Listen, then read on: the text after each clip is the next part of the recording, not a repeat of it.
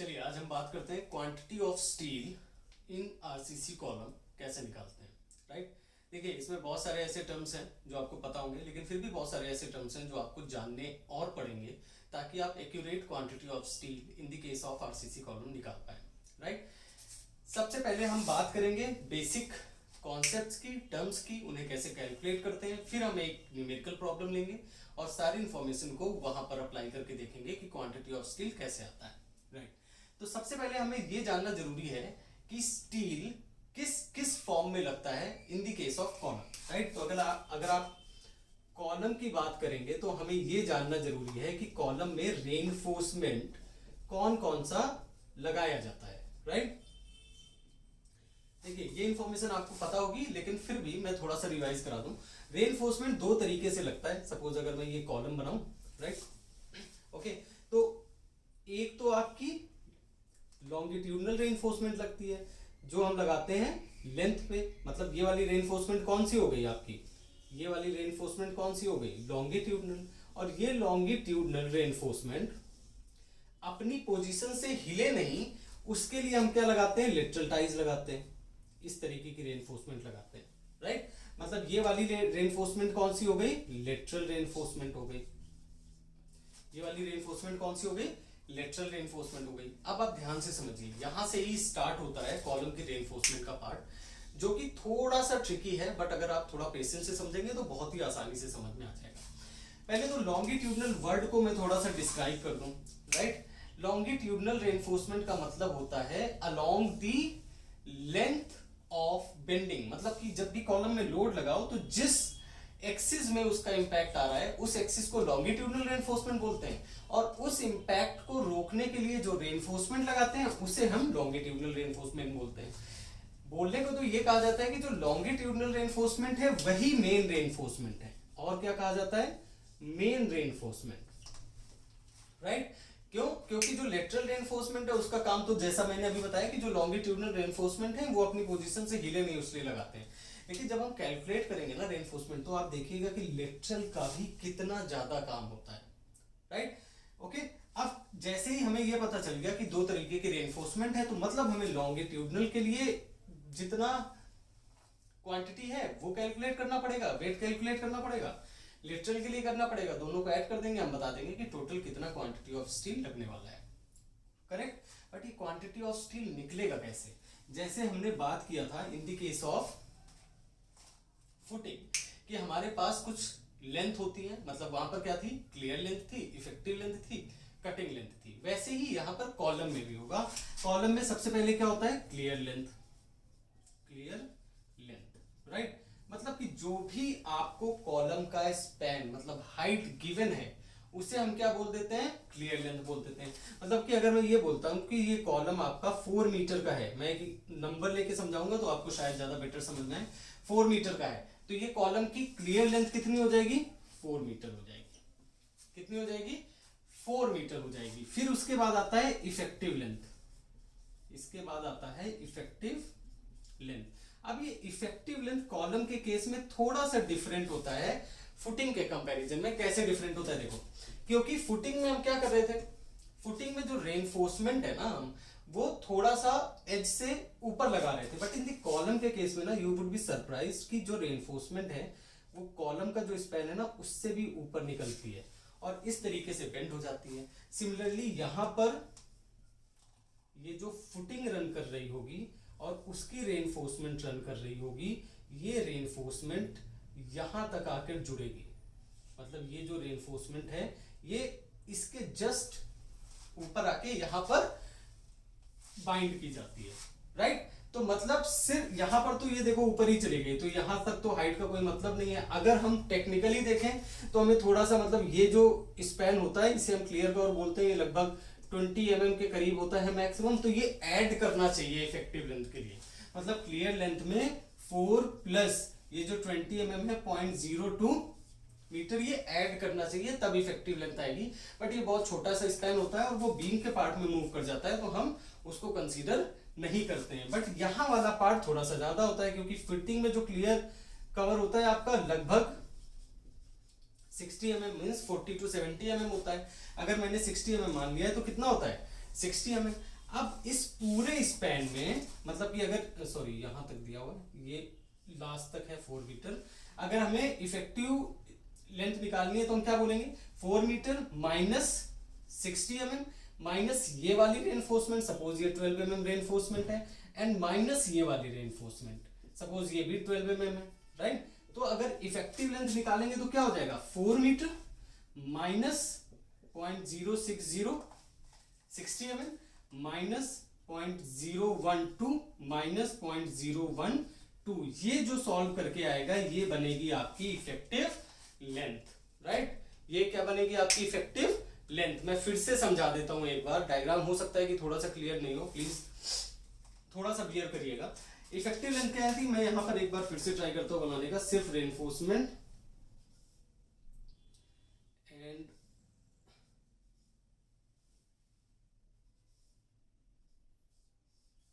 Right, okay. ये यहां तक रेनफोर्समेंट है, ये आपकी फुटिंग की रेनफोर्समेंट है जो एक्स डायरेक्शन में मूव कर रही है, और ये इस तरीके से जो दिख रही है ये वो रेनफोर्समेंट है जो वाई डायरेक्शन में मूव कर रही है, राइट। और ये है क्लियर कवर, और यहां से यहां तक मैंने आपसे बोला है कि ये डायमेंशन है 4 मीटर, मैंने पहले वहां पर गलत बना दिया था, राइट। ये क्या है, 4 मीटर है, राइट। तो अगर आपको ये निकालना हो कि ये इफेक्टिव लेंथ कितनी है, मतलब कितनी लेंथ में आपका रेनफोर्समेंट पड़ा हुआ है, तो यहां से लेकर और यहां तक की डायमेंशन आपको निकालनी पड़ेगी। और यहां तक की डायमेंशन निकालने के लिए 4 में से ये 60 mm जाएगा, ये जो रेनफोर्समेंट बार का डाया है मैंने बोला है कि ये 12 mm है तो ये भी जाएगा, और ये जो रेनफोर्समेंट बार का डाया है ये भी गिवन है 12 mm तो ये भी जाएगा। जब इसको पूरा आप सॉल्व कर लोगे तो ये बन जाएगा आपका इफेक्टिव लेंथ, क्लियर है। बट हमें जो कैलकुलेट करना होता है स्टील, वो इफेक्टिव लेंथ से नहीं आता है, वो आता है कटिंग लेंथ से। अब इसे ध्यान से समझिए, यहां पर कुछ ऐसे टर्म्स होंगे जो आपने सुने होंगे बट शायद भूल गए हो, मैं बिल्कुल क्लियर कर दूंगा यहां पर। Cutting length, right, okay. मैंने आपसे बोला कि ये जो रेनफोर्समेंट है ये इस तरीके से मुड़ जाती है जाके, सिमिलरली यहां पर भी जो रेनफोर्समेंट है ना ये भी यहां पर आके ऐसे मुड़ जाती है। क्यों मुड़ती है ऐसे, ध्यान से समझो। इस लेंथ को हम बोलते हैं डेवलपमेंट लेंथ। क्या बोलते हैं, पहले इसको समझते हैं फिर उसके बाद हम कटिंग लेंथ आसानी से समझ पाएंगे। डेवलपमेंट लेंथ, और इसको डिनोट करते हैं LD से, राइट। अब डेवलपमेंट लेंथ क्या होती है यार, देखो स्टील अलग मटेरियल है, कंक्रीट अलग मटेरियल है। स्टील में स्ट्रेस जो है वो कंक्रीट में जब तक ट्रांसफर नहीं होगी तब तक आप इसे एक कंपोजिट मटेरियल नहीं बोल पाओगे, आरसीसी की तरह काम नहीं करेगा ये। तो हमें एक मिनिमम स्पैन चाहिए होता है जो ये एश्योर करता है कि जो स्टील की स्ट्रेसेस है वो कंक्रीट में ट्रांसफर हो रही है, और उसी मिनिमम लेंथ को बोलते हैं हम डेवलपमेंट लेंथ। मतलब कि अगर ये वाली रेनफोर्समेंट है, ये तो कॉलम का जो रेनफोर्समेंट है वो हो गया, मतलब जो कॉलम का लोड ट्रांसफर करना है उसके लिए ये काम आ जाएगा। बट ये वाली जो लेंथ है ये मिनिमम लेंथ, जब तक इसे आप ग्रूव नहीं करोगे कंक्रीट में तब तक ये स्ट्रेस कंक्रीट में ट्रांसफर नहीं होंगी। तो वो मिनिमम लेंथ जो जरूरी है कंक्रीट की स्टील की स्ट्रेस ट्रांसफर करने के लिए कंक्रीट में, उसे हम बोल देते हैं डेवलपमेंट लेंथ। अब जो आप रेनफोर्समेंट कट करोगे ना, देखो हमें कितनी लेंथ वाली रेनफोर्समेंट चाहिए, वो है ये पूरी, यहां से लेकर ये गया और ये गया, राइट। मतलब डेवलपमेंट लेंथ बॉटम का एंड डेवलपमेंट लेंथ टॉप का प्लस इफेक्टिव लेंथ। मतलब कि अगर आप कटिंग लेंथ को पूरा लिखोगे तो ये बन जाएगा इफेक्टिव लेंथ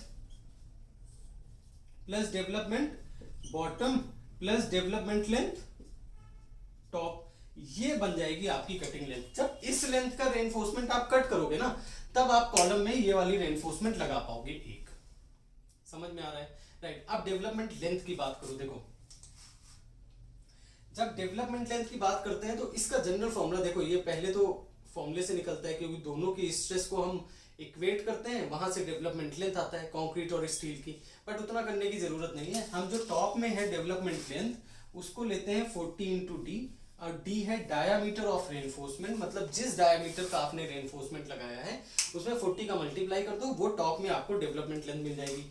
एंड यहां पर हम कम लेते हैं, क्यों कम लेते हैं, देखो हमारे पास स्पेस ही कम है ना, मतलब जो यहां पर ग्रूव करना है, उसके लिए तो सिर्फ फुटिंग वाली विड्थ है हमारे पास, राइट।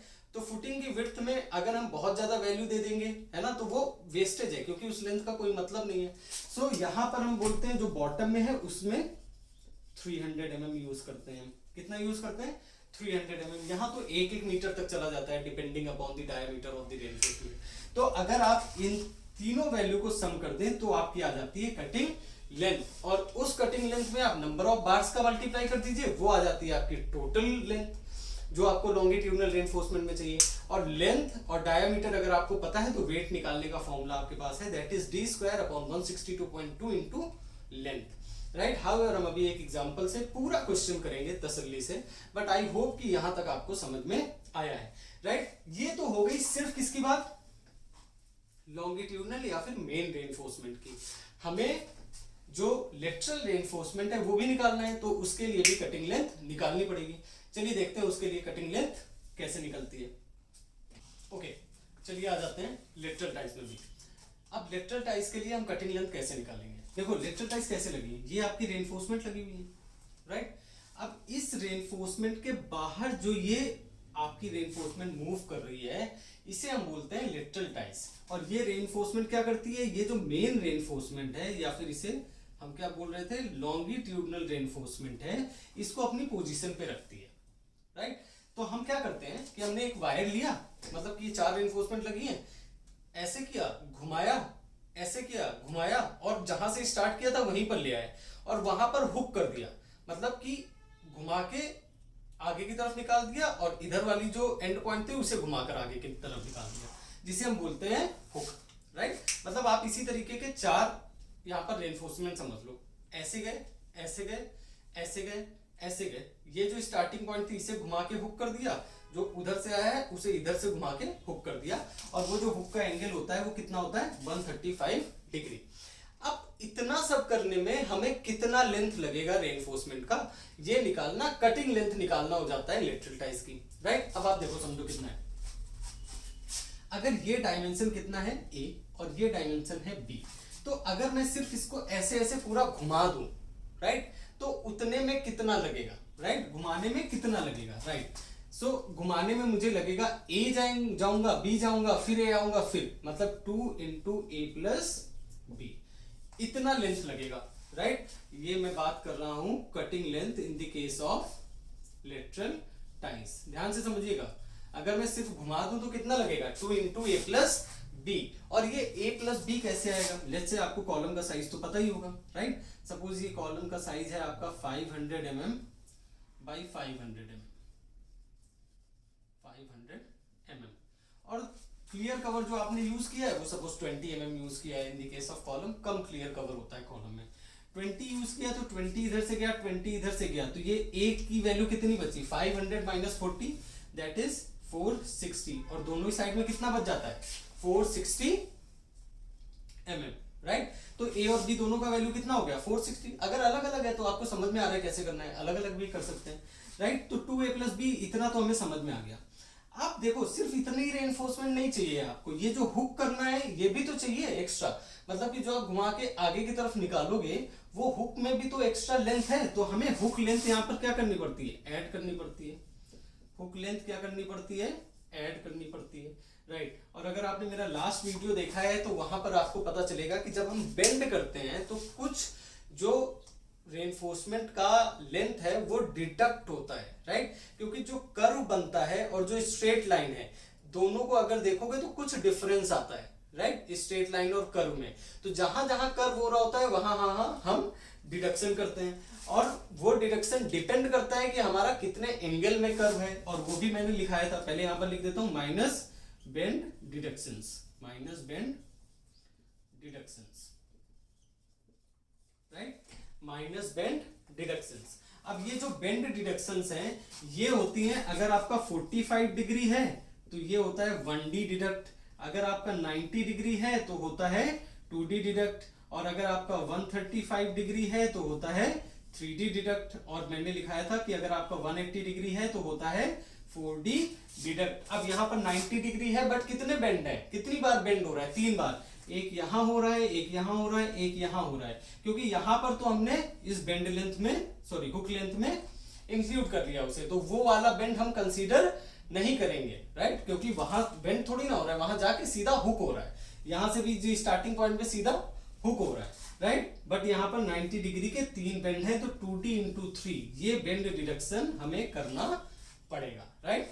अब ये हुक लेंथ की बात करते हैं तो कितना है, अगर 135 डिग्री है तो जो हुक लेंथ है वो होता है 10d। प्लीज लिख लीजिएगा और कहीं पर याद रखिएगा कि अगर आपका 135 डिग्री पर बेंड हो रहा है, मतलब कि आप हुक कर रहे हो उसे, तो जो हुक लेंथ होती है दैट इज 10d होती है, राइट। आई होप आपको सबको समझ में आ रहा होगा, ओके। एक चीज और हमें करनी पड़ती है, हमें यह निकालना पड़ता है कि कितने लेटरल टाइज लगाओगे, क्योंकि यहां से तो कटिंग लेंथ मिल गई एक टाई की, ये देखो एक टाई की तो कटिंग लेंथ है, तो हमें यह भी निकालना पड़ता है कि कितने नंबर ऑफ लेटरल टाइज आप यूज कर रहे हो, राइट। चलो देख लेते हैं नंबर ऑफ लेटरल टाइज। देखो क्या जो लेटरल टाइज है वो हमारी डेवलपमेंट लेंथ पे लग रही है क्या, बिल्कुल नहीं लग रही है। कहां तक लग रही है, सिर्फ जो इफेक्टिव लेंथ बन रही थी उस तक लग रही है। तो अगर इफेक्टिव लेंथ में हम स्पेसिंग डिवाइड करके +1 कर दें तो हमें पता चल जाएगा कितनी नंबर ऑफ लेटरल टाइज है। तो फॉर्मूला क्या बन जाता है, effective length, right, divided by spacing +1, right. मतलब कि जो ये इफेक्टिव लेंथ है यहां से यहां तक डिवाइडेड बाय जो स्पेसिंग है, स्पेसिंग देखो कितनी गिवन है, 8 mm की लेटरल टाइज है और 150 mm की स्पेसिंग गिवन है। आपकी स्पेसिंग क्वेश्चन में गिवन होगी, अगर नहीं भी गिवन है तो आप देखो इतना आपको पता होना चाहिए, मैक्सिमम स्पेसिंग 300 mm हो सकती है, अगर क्वेश्चन नहीं गिवन है तो 300 mm तक की कोई भी स्पेसिंग आप ज्यूम कर लीजिएगा, राइट। स्पेसिंग कितनी गिवन है 150 mm, यहाँ पर डिवाइड करोगे जो भी वैल्यू आएगी +1 कर दोगे, नंबर ऑफ लेटरल टाइज आ जाएंगे और नंबर ऑफ लेटरल टाइज का मल्टीप्लाई कर दोगे कटिंग लेंथ में, तो आपको ये पता चल जाएगा कि लेटरल टाइज के लिए टोटल कटिंग लेंथ हमें कितनी प्रोवाइड करनी है। और जैसे ही लेंथ पता चल गई आपके पास फॉर्मूला है d²/162.2 मल्टीप्लाइड बाई लेंथ, वो करोगे आपके पास टोटल वेट आ जाएगा। आई होप मैंने कॉन्सेप्ट को थोड़ा सा समराइज करके आपको समझाने की कोशिश की है, आपको समझ में आया होगा। अगर नहीं आया है तो प्लीज बने रहिए अभी साथ में, हम एक एग्जांपल लेते हैं जहां से आपको सारा कुछ बिल्कुल क्रिस्टल क्लियर हो जाएगा, ओके। तो ये क्वेश्चन है, आपको कॉलम का रेनफोर्समेंट गिवन है, कॉलम का साइज दिया हुआ है 450 बाई 550 mm, जो इसकी लॉन्गिट्यूडनल रेनफोर्समेंट है वो गिवन है कि 6 बार्स ऑफ 20 mm आपको प्रोवाइड करनी है, राइट। देन जो लेंथ गिवन है from the ground to the upper surface of column that is given as 5 metre. Then फिर उसके बाद ये गिवन है कि जो लेटरल टाइज है वो 8 mm की है और 150 mm की स्पेसिंग है। जो नीचे फुटिंग में क्लियर कवर है, फुटिंग का reinforcement say that is 60 mm, और जो दोनों ही रेनफोर्समेंट गिवन है, यहाँ से ये भी कर देते हैं, राइट। ये दोनों रेनफोर्समेंट मींस एक्स एक्सिस और वाई एक्सिस में फुटिंग की जो रेनफोर्समेंट है वो गिवन है 12 mm at the rate of 150 mm। अब आपको निकालना है quantity of steel for that column. देखिए बहुत ही सिंपल है, स्टार्ट करते हैं। सबसे पहला स्टेप था इफेक्टिव लेंथ,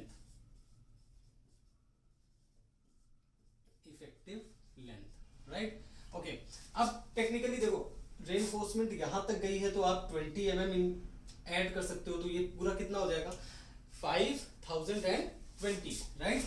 तो कितना हो जाएगा, चलिए सबसे पहले क्या है 5 मीटर, तो इसको हम 5000 mm बोल देते हैं, mm बाद में लिख लेंगे, 5000 प्लस 20, आप नहीं भी करोगे तब भी ये चलेगा, राइट। अब सब्ट्रैक्ट क्या करना है, हमें इस पॉइंट तक आना है, मतलब इस पॉइंट से इस पॉइंट तक आना है, राइट।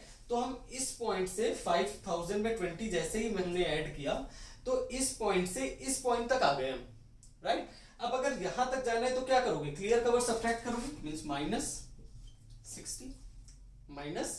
-60। अब क्लियर कवर सब्ट्रैक्ट हो गया, अब ये जो x में रेनफोर्समेंट है 12 mm ये सब्ट्रैक्ट करोगे -12, एंड जब इससे ऊपर जाओगे यहां तक आना है ना, तो ये वाली रेनफोर्समेंट भी सब्ट्रैक्ट करोगे यानी -12। ये जब आप सॉल्व कर लोगे मींस 20 - 60 -40 -40 -48 दैट इज 5000 -48 करके देख लेते हैं, 5000 माइनस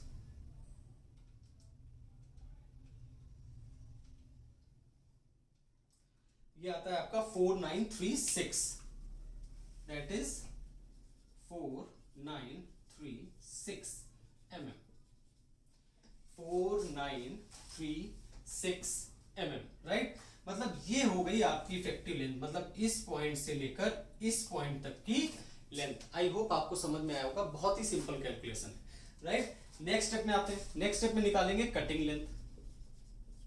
नेक्स्ट स्टेप में क्या निकालेंगे, हम निकालेंगे कटिंग लेंथ। अब कटिंग लेंथ समझिए क्या है।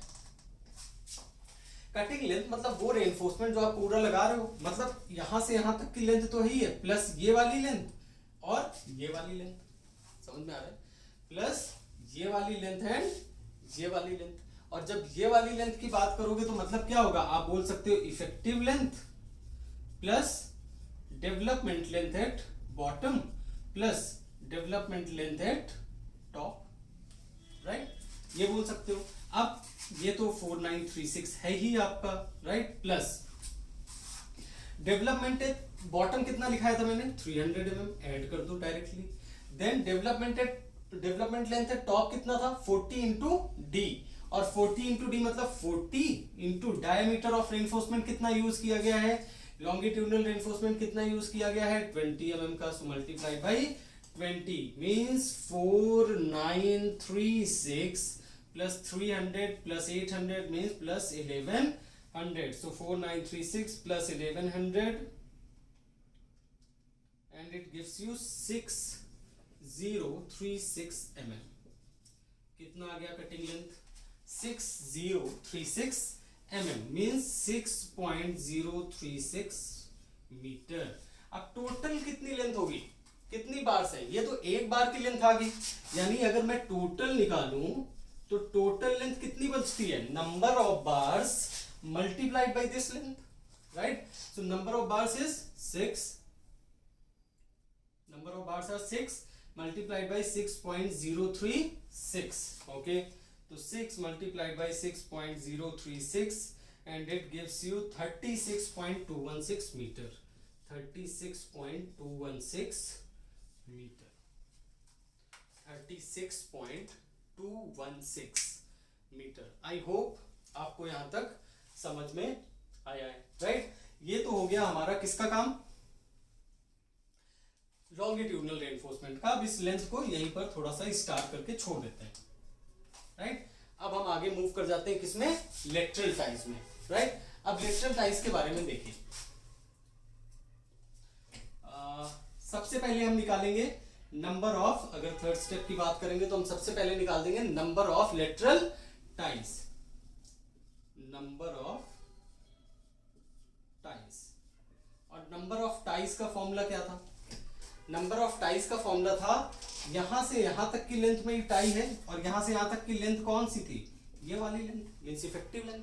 Means effective length, number of ties का फॉर्मूला बन जाता है effective length divided by spacing and plus 1। और इफेक्टिव लेंथ कितनी गिवन है, इफेक्टिव लेंथ गिवन है 4936 mm, 4936 डिवाइडेड बाय कितना है,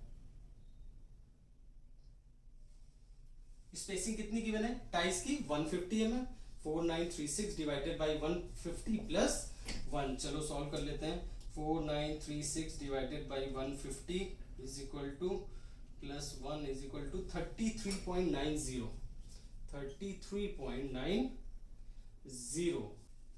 ओके, अब मेरे पास स्पेस कम है, थोड़ा क्लियर करना पड़ेगा। आप अपने पेज में प्लीज, आई होप कि आप लोग साथ में सॉल्व कर रहे हैं, राइट। अगर नहीं सॉल्व कर रहे हैं तो प्लीज ये नोट कर लीजिए जल्दी से पॉज करके, ताकि हम आगे प्रोसीड कर पाए इसको थोड़ा सा क्लियर करके। मेनली ये जरूर ध्यान रखिएगा 36.216 मीटर आया था लॉन्गिट्यूडनल रेनफोर्समेंट की टोटल लेंथ। चलिए आ जाते हैं cutting length of lateral ties. हमने फॉर्मूला तो पहले देखो लिख ही दिया है, राइट। मतलब this a plus b plus a plus b, मतलब कि जो कटिंग लेंथ होती है, यहां पर लिख देते हैं कटिंग लेंथ। मैंने जो लॉन्गिट्यूडनल बार्स की कटिंग लेंथ है वो यहाँ पर लिख दिया 36.216, ताकि मुझे भी याद रहे, राइट। ओके, ये कितना हो जाता है 2 इंटू ए प्लस बी, राइट, 2 इंटू ए प्लस बी, राइट। अब देखो a का वैल्यू क्या होगा, ये पूरा 450 है, राइट। 25 mm इधर से निकाला, 25 mm इधर से निकाला, कितना निकल गया 50 mm, यानी 450 माइनस 50, देखो ये क्लियर कवर 25 इधर का निकलेगा, 25 इधर का निकलेगा, तो कितना बचेगा ये स्पेन 450 माइनस 50 that is 400, right. Similarly b कितना बचेगा, अगर यहीं से बी निकालो तो 550, यहां पे बी लिख देता हूं मैं 550 minus 50 and that is 500 mm, 500 mm, समझ में आ रहा है, राइट। तो ए और बी तो पता चल गया, ए और बी के पास क्या था प्लस, क्या करते थे हम ये वाली लेंथ, इसे क्या बोलते थे हुक लेंथ बोलते थे, क्या बोलते थे हुक लेंथ, और माइनस क्या करते थे ये जो हमारा बेंड हो रहा है, राइट, इस बेंड का डिडक्शंस, तो माइनस डिडक्शंस, राइट। एक मिनट में कैलकुलेट उठा लेता हूं। ओके, अब सारी वैल्यूज पुट करते हैं, 2 into 400 plus 500, 400 plus 500, hook length मैंने कितना लिखा था 135 डिग्री के लिए, हुक लेंथ है 10d, राइट, 10d, तो प्लस 10, और डायमीटर ऑफ रेनफोर्समेंट कितना गिवन है देखो 8 mm, 8 mm diameter of reinforcement. अब टाइज कर रहे हो ना तो टाइज का ही रेनफोर्समेंट लोगे, माइनस डिडक्शंस, 90 डिग्री के लिए डिडक्शन होता है 2d, राइट, 90 डिग्री के लिए डिडक्शन होता है 2d, बट कितनी बार 90 डिग्री है 1 2 3, फिर से बता रहा हूं यहां पर 90 डिग्री नहीं आएगा, यहां पर जो रेनफोर्समेंट आएगी वो 135 डिग्री आएगी, मतलब जो ग्रूव कर रही है अंदर, जो हुक लेंथ बनाती है आपकी, यानी 3 इंटू 2 इंटू 2d, 2d होता है एक 90 डिग्री के लिए, 3 90 डिग्री है तो 3 इंटू 2d, और d की वैल्यू यहां पर पुट कर देता हूं अगेन 8, राइट। अब सारी वैल्यूज आ गई है आपकी, 9549 2 जा 18, 1800, 1880, 1880 minus 48, 1880 minus 48 and it gives you 1832 mm, 1832 mm, ये एक लेटरल टाइज की लेंथ है जो आपको चाहिए। अब अगर एक लेटरल टाइज की लेंथ आ गई है तो टोटल लेंथ भी आ सकती है, टोटल लेंथ, राइट। हो सकता है आई गेस कि मुझसे शायद बोलने में कुछ गलती हो गई है, 34 लेटरल टाइज आएंगी, मैंने शायद 31 बोल दिया है, मुझे ठीक से याद नहीं, हो सकता है मैंने सही लिखा हो, बट अगर मैंने 31 लिख दिया तो उसे 34 कर दीजिए, क्योंकि जब मैंने सॉल्व किया तो ये जो effective length divided by 150 plus 1 आ रहा था, दैट इज 33 समथिंग, है ना। अगर नहीं भी है तो आप अपने आप से सॉल्व कर लीजिएगा, मुझे जो वैल्यू याद आ रही है मैं उसके हिसाब से आगे प्रोसीड कर देता हूँ। टोटल लेंथ क्या हो जाएगी, number of lateral ties multiplied by एक लेटरल टाइज की कटिंग लेंथ 1.832 मीटर, और ये थी 34, so 34 into 1.832 metre, so multiplied by 34 and it gives me 62.288, 62.288 metre, 62.288 metre. देखो यार लॉन्गिट्यूडनल की लेंथ कितनी आ रही है 36.216, लेटरल की कितनी आ रही है 62.288, लेकिन फिर भी हम बात करते हैं कि जो लॉन्गिट्यूडनल है वही मेन रेनफोर्समेंट है, लेटरल का उतना काम नहीं है।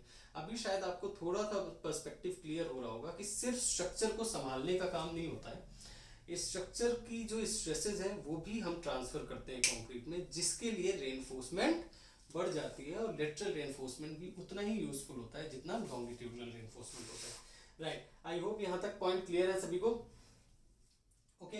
अब मुझे फिर से ये क्लियर करना पड़ेगा ताकि मैं टोटल क्वांटिटी निकाल पाऊँ फॉर्मूला लगाकर, है ना। लॉन्गिट्यूडनल यहाँ पर लिख देता हूँ, लेटरल की लेंथ कितनी आ गई है, अगर यहाँ तक आपको दिख रहा हो तो लेटरल की लेंथ आ गई हमारे पास 62.288 मीटर, 62.288 मीटर, राइट। अब लेंथ आ गई है, आपके पास फॉर्मूला है जो लेंथ एंड डायमीटर का रिलेशन है जिससे हमारा वेट निकलता है, वो फॉर्मूला लगाएंगे और स्टील का वेट निकालेंगे। सबसे पहले निकालते हैं क्वांटिटी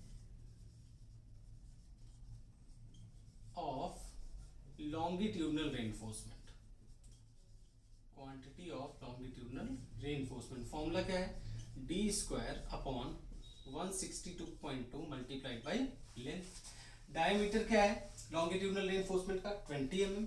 सो ये कितना हो जाएगा 20 square divided by 162.2 multiplied by length कितना है 36.216 सॉल्व करते हैं चलिए इसे। सो 400 divided by 162.2 multiplied by 36.216 and it gives me 89.312 kg। बस याद क्या रखना है, याद हमें ये रखना है कि यहाँ पर जो डायामीटर है वो mm में पुट होगा और यहाँ पर जो लेंथ है वो मीटर में पुट होगी। Then for lateral ties, quantity for lateral ties, same formula d square upon 162.2 multiplied by length. यहाँ पर डायमीटर कितना है 8 mm है, right. So 8 square divided by 162.2 multiplied by कितनी लेंथ है 62.288। चलिए सॉल्व करते हैं। 64 divided by 0.2 multiplied by 62.288 and it gives me 24.577 kg, right. तो लॉन्गिट्यूडनल डायरेक्शन में आपकी कितनी रेनफोर्समेंट लग रही है 89.312 kg एंड लेटरल डायरेक्शन में कितनी लग रही है 24.577 kg। चलिए फटाफट से निकाल लेते हैं। टोटल रेनफोर्समेंट कितनी लगेगी, टोटल क्वांटिटी अगर निकालना है 89.312 plus 24.577 89.312 plus 24.577 and it gives me 113.889 kg। कितना आ रहा है 113.889 kg। बट अभी काम खत्म नहीं हुआ है, हमें क्या निकालना है वेस्टेज भी निकालना है। और वेस्टेज हम कितना लेते हैं, वेस्टेज लेते हैं 5%, means 5% of 113.889, right. So multiplied by 0.05 करेंगे और वैल्यू आ जाएगी हमारी 5.695 kg, ऑलमोस्ट राउंड ऑफ करके।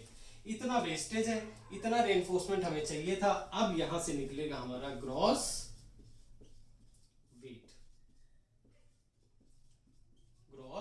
वेट, और ग्रॉस वेट क्या होगा 113.889 प्लस 5.695।